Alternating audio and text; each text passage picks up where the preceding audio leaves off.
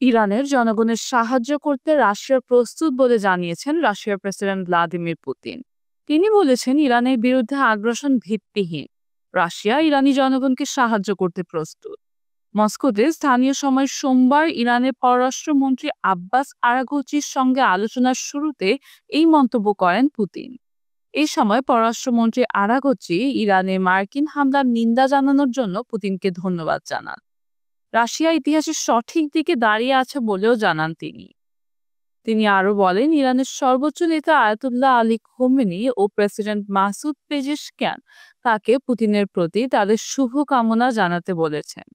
এদিকে ক্রেমলিনের মুখপাত্র Dmitry Peskov বলেন, ইরানের পারমাণবিক স্থাপনায় কি হয়েছে এবং তেজস্ক্রিয়তার ঝুঁকি আছে কিনা তা এখনো স্পষ্ট নয়।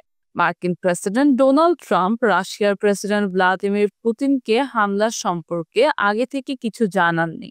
ইরানের দীর্ঘদিনের মিত্র রাশিয়া এর আগে তেহরানের সঙ্গে পশ্চিমা দেশগুলোর পরমাণু আলোচনায় গুরুত্বপূর্ণ ভূমিকা পালন করেছে।